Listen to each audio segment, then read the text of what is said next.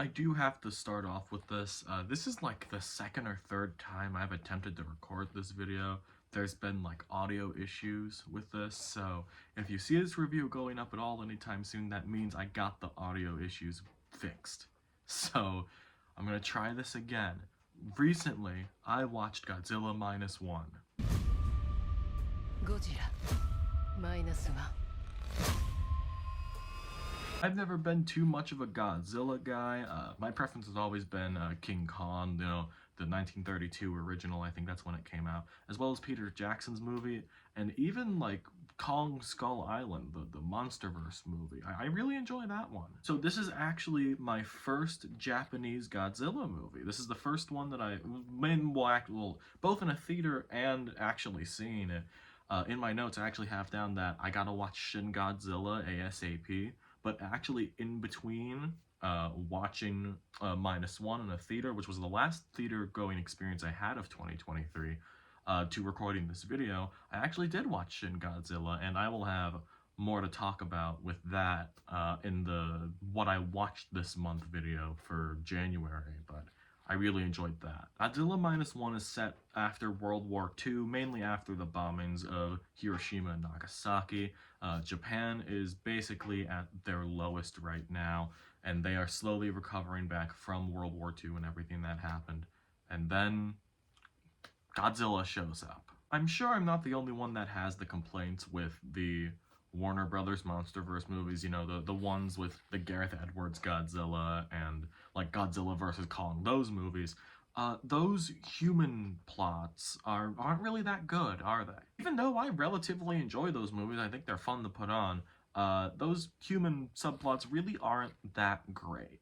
And even with the next one, the Godzilla X Kong, I'm excited for it. It looks like they're just leaning more into the monster stuff, and that's the way to go for those kind of movies. But with this, it is actually mainly human elements. The main character we follow, a kamikaze pilot played by Ryunosuke Kamiki, is basically cast out after not dying for his country, and I think that's a very fascinating plot element to go with, especially taking such a heavy stance on war in this movie. And I think that was such a wonderful and fresh element to bring into a movie like Godzilla, especially, you know, as an American who's only watched like the American monster movies pretty much. I have to admit, I do think I prefer the human elements to the monster stuff, although it is admittedly very close. I think the kamikaze pilot I mentioned and this new crew of humans of guys he's with throughout the movie are really great to watch. I think a lot of time and effort went into fleshing out these characters to like show like how connected that they all eventually become throughout as the movie goes on. And it is just it's something I value in a movie like this, when everything is just really bleak when it comes to, you know, the monster, the big lizard, which I gotta get to the guy himself, Godzilla. I guess in terms of design, I think this guy's fucking scary.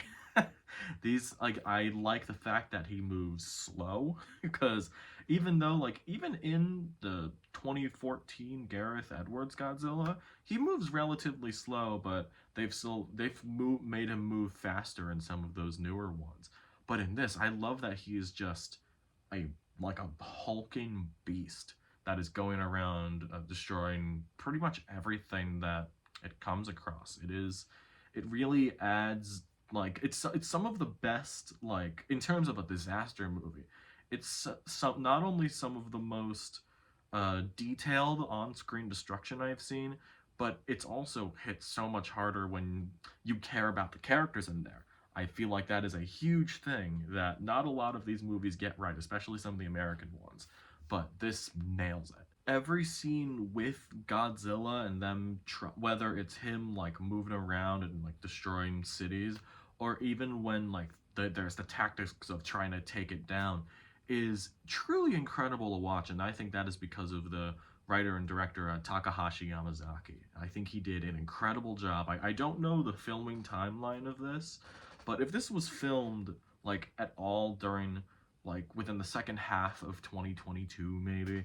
I wouldn't be surprised if like something like Top Gun Maverick wasn't inspired by this, because even the more like the most emotional scenes in the movie, the ones that got me the most, reminded me of that scene in Top Gun Maverick where Tom Cruise visits Val Kilmer, and that is still, I think, one of the best scenes of the decade so far. And this movie has two of those scenes. I feel like I do have to mention the thing that's gone viral the most with this movie, and that is its budget.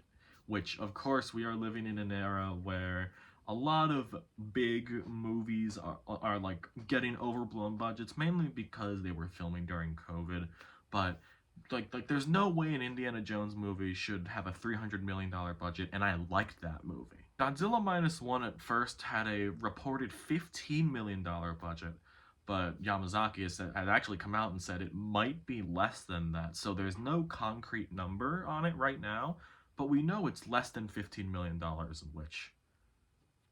How did they do it? I'm sure there's like some kind of fucked up labor laws in Japan. I don't know. This is some like kind of crazy stuff, and especially out of my element because, you know, I'm talking about politics. But man, this looks fantastic, and it kind of took over the narrative that the creator had, also, believe it or not, also by Gareth Edwards, in terms of like a big sci-fi epic that is pretty much like working on a lower budget, which, in my opinion, Godzilla Minus One stomps all over the creator. So that's just me. There is one nitpick I have with it, which is very much a me thing, but it does not affect my enjoyment of the movie. I think it's like a little bit too long. I like that. That's it. Like I don't know. There were like, once I realized it was coming to an end, I was like, okay, this is like a little. Well, it took a little bit too long to wrap up, but overall, I feel like that's really the only nitpick I had with this. Overall, I think Godzilla Minus One is a pretty fantastic movie. There is a lot to love in this, whether it's the writing of the human characters that really like makes you care about them, and also the devastating action and just overall disaster movie like quality with Godzilla itself. And when you see it, it's just like you can tell that it is a major threat, and it is huge, because some of those movies like kind of dial down like how big these monsters are, and this does not do that. I think it's one of the best movies of the year visually, with just a lot of love and care was put into this movie, and I really enjoy that. And you can tell. Godzilla Minus One, I'm gonna go with 4.5 stars for this one. I thought this was pretty incredible. If it's still in theaters by the time this video is up, run to a theater to see it. And if whenever it comes out digitally or like a Blu-ray or 4K release, I think you should get that as well. I think it's also a pretty great thing. I still can't believe that a movie with a big lizard wrecking cities made me cry, and it had nothing to do with the lizard.